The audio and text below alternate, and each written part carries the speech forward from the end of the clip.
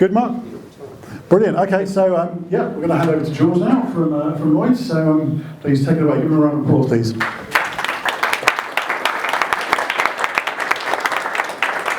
Thank you, everyone. So yeah, thank you for braving the tube strikes, the weather, everything that's been thrown at you tonight. All the views that I express here today are my own, although I'm going to be talking about like what Lloyds has done, especially my team, and I have some brilliant engineers here with me to showcase some of the work and hopefully cover some of the questions at the end. Right, let's start talking about AI developer platform. So first, we're going to start with a brief, I would say, history of Lloyds, although it's not very brief. You start somewhere around the typewriter age, and then you go through multiple iterations of that horse that, Matt got wrong at the end, or at the beginning. And then, we are striving to become, a digital-first bank. We are deploying technology. We are in cloud environments.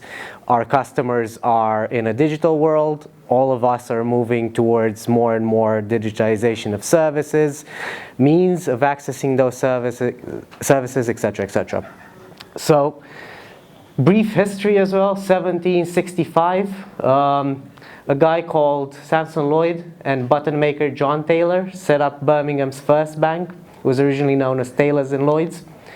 In 1776, excuse my history, especially for the Americans around us, 13 American colonies severed their political connections to Great Britain, becoming United States.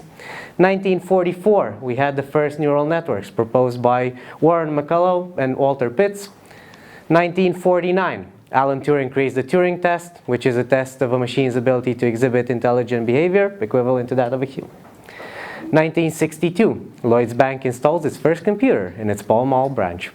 1989, Jan LeCun publishes his first paper proposing convolutional neural nets.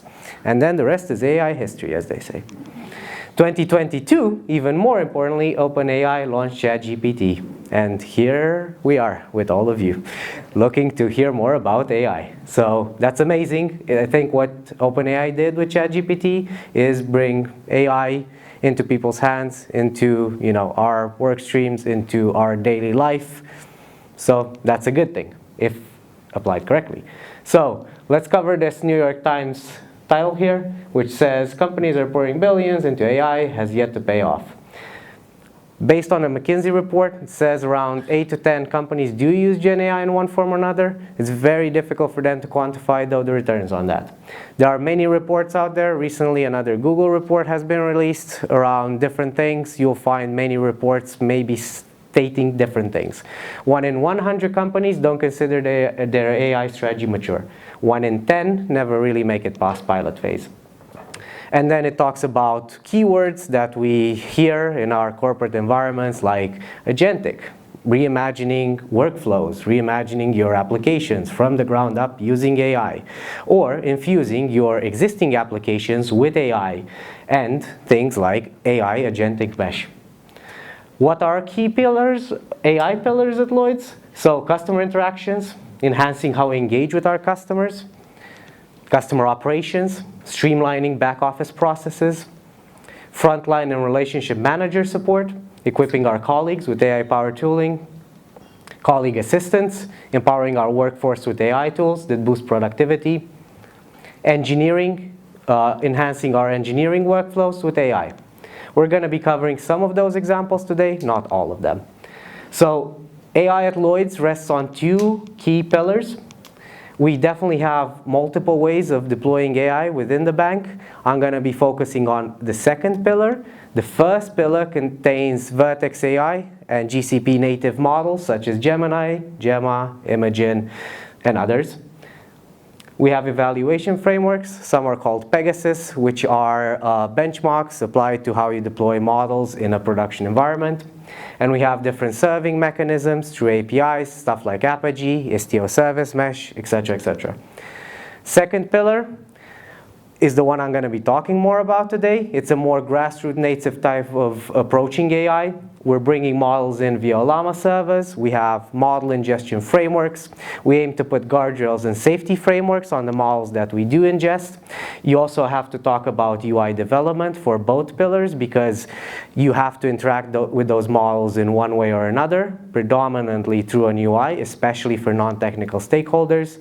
You have to do RAG, you have to do in-memory, you have to potentially adopt newer frameworks, well, not that new, but still very popular frameworks like LangChain and LangGraph, MCP servers, and many other tooling. It's not meant to be an exhaustive list of all the things. It's meant to serve as benchmarks for the type of thing that you might want to consider. You then have protocols, you have MCP, you have A2A, you have Agent Development Kit from Google, you have many different things. So these are just some of the tools that we use. Cool. So why we did this and how we wanted to do this together? We wanted to focus on speed, bringing those models close to the user really quickly. We wanted to focus on reliability, systems that hold in production, systems that connect well together, and we focus on product. We focus on product that reaches our engineers, product that reaches our end customers. Our main tool is in GKE. So that's where we deploy predominantly, especially in my space, hosted on Google Cloud. But you have many other different teams deploying in GKE also, each team doing their own thing.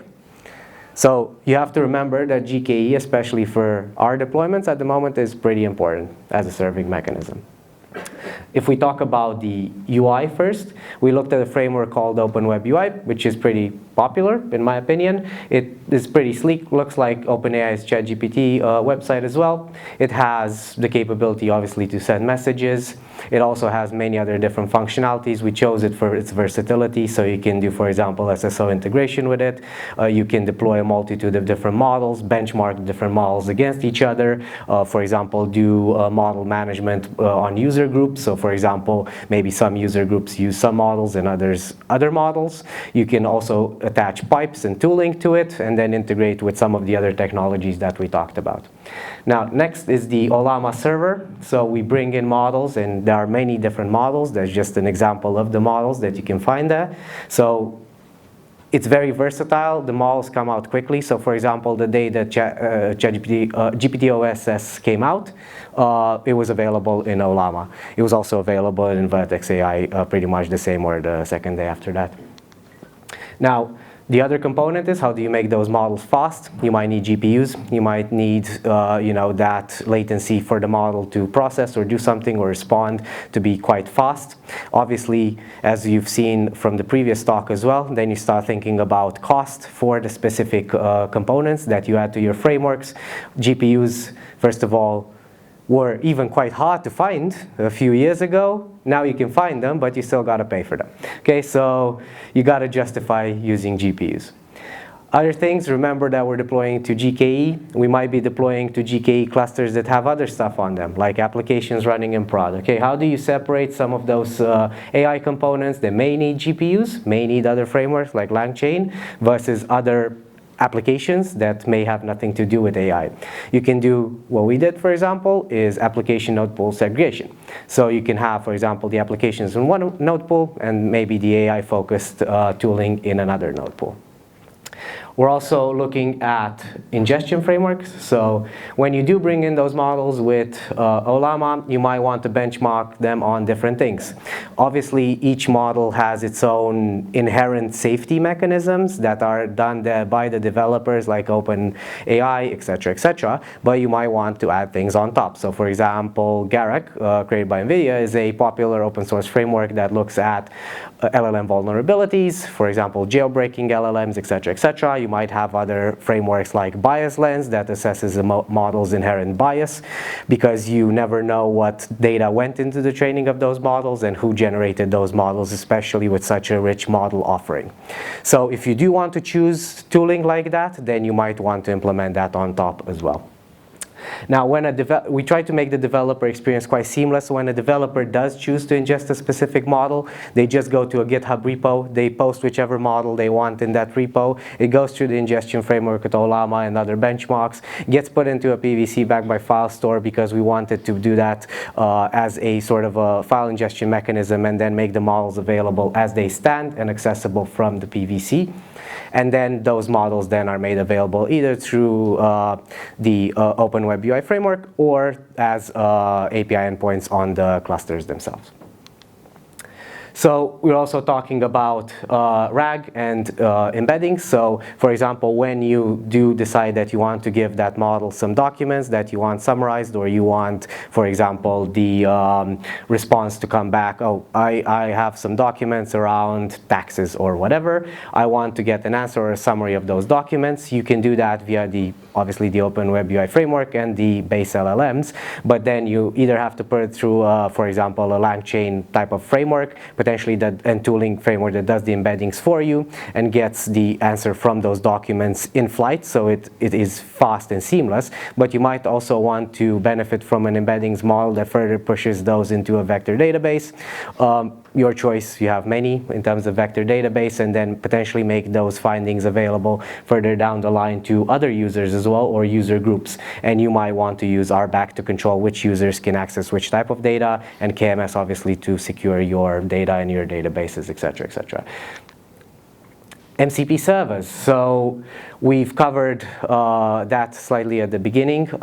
We chose to look towards some specific MCP servers for now. Again, it's not really an exhaustive list. We've looked at things like, for example, Playwright, which makes sense, for example, for testing use cases. We've looked at integrating with GitHub, and obviously GKE, since it's such a main component. And the thing you can do with MCP servers is, for example, if anyone has heard of kubectl AI, which is yet another tool that you can use natural language to query your clusters and ask, hey, how many unhealthy nodes do I have today? That's the type of thing you can do also with an MCP server. Or with GitHub, for example, you may choose to, for example, embed it within your VS Code and, for example, create a PR validator that benefits from maybe a RAG integration or something that reads all your previous repos and PRs, etc., to know what a good PR looks like. And then agentic frameworks. We have Crew AI, which is a fairly straightforward framework. If you have heard of it in the past, it uses three main components, which are agent, task, and crew. So you can have, for example, an agent, and we'll see an example shortly, that can do whatever and has access to tooling. For example, you might have an agent that has access to scrape websites, access the internet, and or potentially hook up to another MCP server to read from a database and pass that on to a further agent. So when a user hits the Open Web UI, flows that into an agentic framework. So one example could be, for example, I decide to invest maybe in Apple stock or a different stock. And as a user, I don't want to care to do my own research. So I pass that on to an agentic framework. First agent goes, scrapes the internet, tells me what the Apple stock is that very moment. Let's call that the data analyst. And then passes that scraped recommendation website, whatever happens to be, to a second agent that maybe has access to internal tooling, that knows what a good trading strategy looks like, maybe with internal documentation, passes it on to a third agent, which we could call, for example, a trade advisor, has access to real-time data, validates your trade against other trades happening at the moment, and says, great, this is a good trade to go, and then passes the final recommendation from all the previous agents to a final risk advisor agent that assesses based potentially on your current risk profile and other documents as to whether that is a risky and acceptable trade for the customer at that moment. And then really the choice is yours. You can involve a human in the loop, or you can just do that trade automatically. It's up to you really how you design your systems and how risky you want to make them or how fast you want to make them. It's really, the choice is yours. Traditionally, you'd probably just be doing this via APIs. One API calls another one, microservice calls another one. With agentic, you can process a lot more natural language. You can integrate that in human loops. You can use data. Maybe you can use data that comes in text format, audio format, visual format, and make that accessible to large language models in the form of agents. And that's kind of like how all tooling would look like. What we did try to do is, because we are creating AI platforms for developers, but also for business use cases. We want multiple teams to benefit from the components of these platforms, really. So we try to build as modular as possible. Each building block should be there if you need it. For example, the Open Web UI framework can be there, but it can also not be there. It's up to you whether you want to use it. The Olama server might be useful to you, might be not. The benchmarks and so on and so forth. So each component that I've talked about should be modular, because teams might want to interswitch between them, and each team might choose to use some of the blocks, all of the blocks, none of the blocks, and then customize and adapt based on that. And then obviously, since we just talked about infrastructure code, this is kind of how it should be. You should have Terraform modules, you should have frameworks for example, doing crew AI agents. Maybe you just have, for example, a agent example that then you allow other teams to scale that up to 1,000 different agents. Maybe you allow them to just have one variable that allows them to quickly toggle on and off a component for that framework. So that's what we envisioned, and we envision it in that way because the same New York Times article was talking about experiments and initiatives that fail if they don't have some of these key elements which we try to incorporate, like the composability of the infrastructure and how you basically create it through modular building blocks. We wanted it to be distributed and spread across like multiple areas in the bank in order for it to be used in different ways.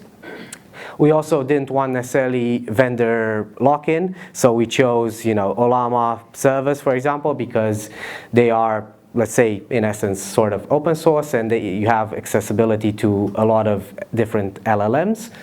Govern autonomy. I can sit here and suggest frameworks all day long, but it's also really up for teams to do what's best for them. If their use cases need a specific framework for a specific use case, they should benefit from that modularization and be able to add that easily on top. So you can create the baseline of the type of framework that you suggest for governance, but at the end of the day, it's also very use case specific. So you might have seen in a previous slides that, I had AI generated images, and so did the loop at the beginning, which was also AI generated, the video with the cat waving its arm. So it's not easy to do that. it's very, very difficult still. So I think these were generated with Imagen 3 or 4, I don't remember which one, but as you can see, it's pretty difficult. Like, you have a lot of humans, and the text usually is pretty bad, doesn't mean anything. The devices are very stretched and weird looking. So it's very difficult to actually create content still through models like Imagen, VO, etc., unless you really get the prompt right and or go through many iterations of that. So what we try to do is have, I suppose, a unique experience for each one of our customers. So when a customer touches us on a digital journey, maybe there will be an agentic mesh there. Maybe it will do things like, for example, personalizing the content that we present to the customer based on geographic location, for example.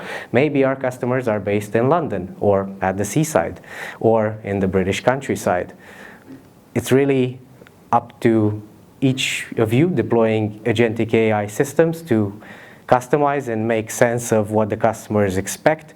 And what we strive here at Lloyds is for a one-to-one customer experience where our customers get a delightful experience. And this is the amazing team that contributed to this solution. So I would like to invite those that are here to join me on stage for the final part of questions. So we have Ritik. Anil could not be here today. Giancarlo on holiday. Ewan also on holiday. Ilana is here. Ishmael is right there. Chetna is based in India, so she couldn't join. Kush is also based in India, and Jennifer is also here. So thank you very much, guys.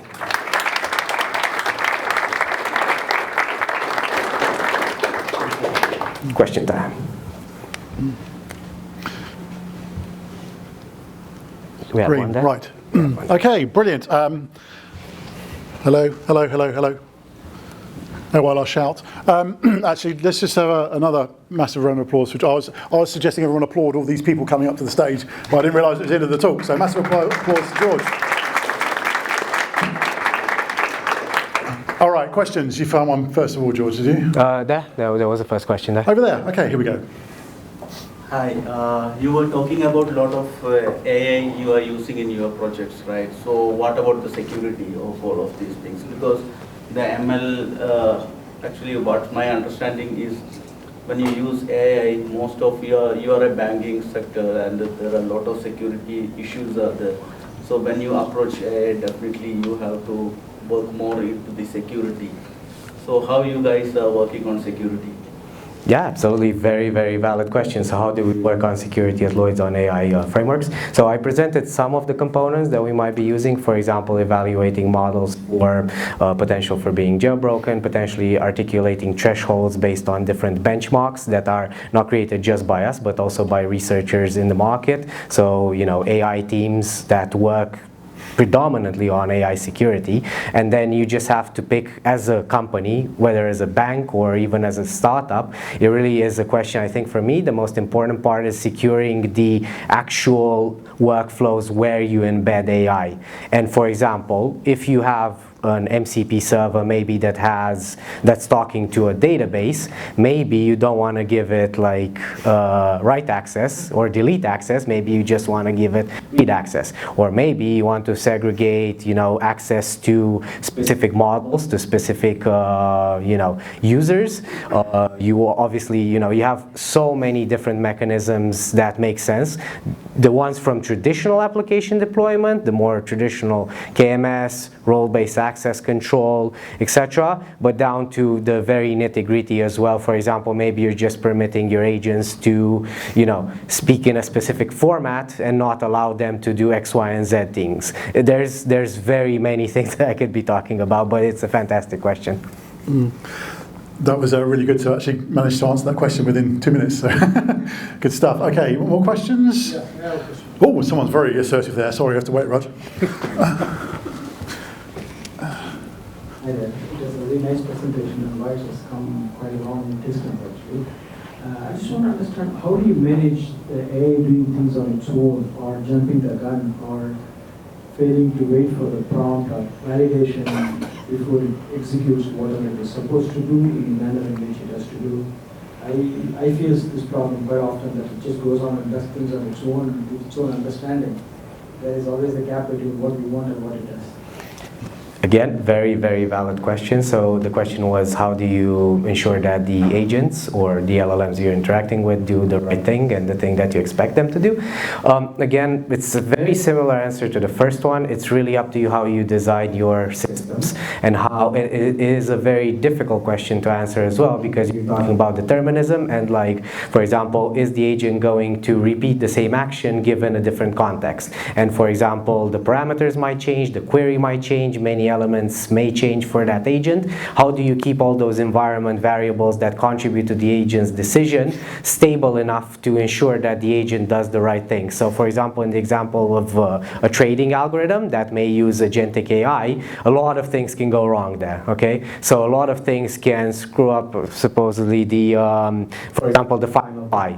And for example, just adding a human in the loop is one mechanism of balancing that out. Just evaluating a final decision, or maybe you're creating a marketing campaign and you have a human at the end validating the content that goes out, rather than allowing the agent to automatically send that content out. But you can secure it in multiple different other steps along the way, including, for example, determinism, and trying to, for example, ensure that the output of different agents, if you are in an agentic flow, follow a specific format that can't derail from what you're expecting it to do. Because otherwise, any extra parameter, any change parameter can really go in many bad places. If you remember in traditional ML, if you, for example, throw some bad data to a classifier, that may skew the outcome. So it's really depending on both the inherent powers of the LLM, but also what you do in that system where you apply the LLM.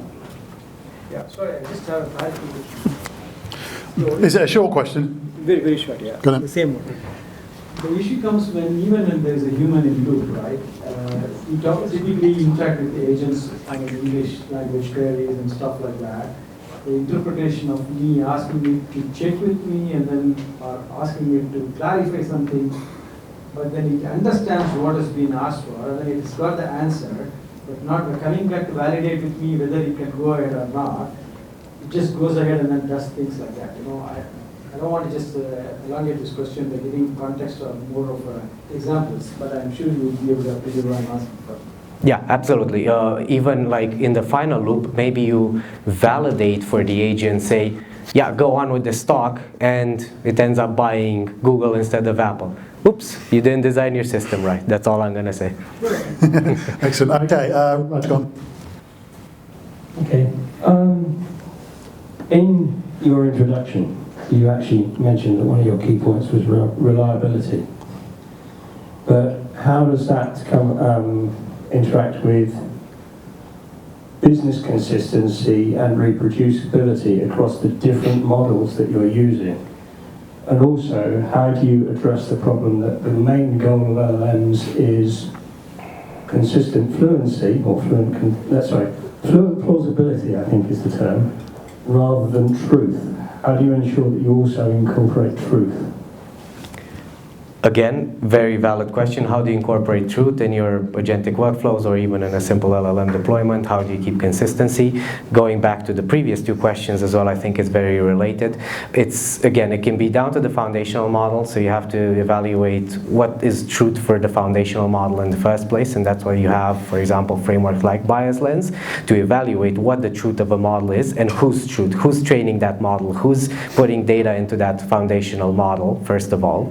And then you also have to decide which workflows you are happy to embed those models in, because some, as you said, because of business risk, may be riskier than others. So for example, embedding it in content generation maybe is less risky than embedding it in, I don't know, mortgage applications or somewhere else, because you have to make sure that, as we've discussed in the previous two questions, they are reliable and they do the things that they should be doing. And honestly, it's not just a banking problem, it's an industry-wide problem. Before I was working for medical deployments of GenAI, and then you're talking about human lives.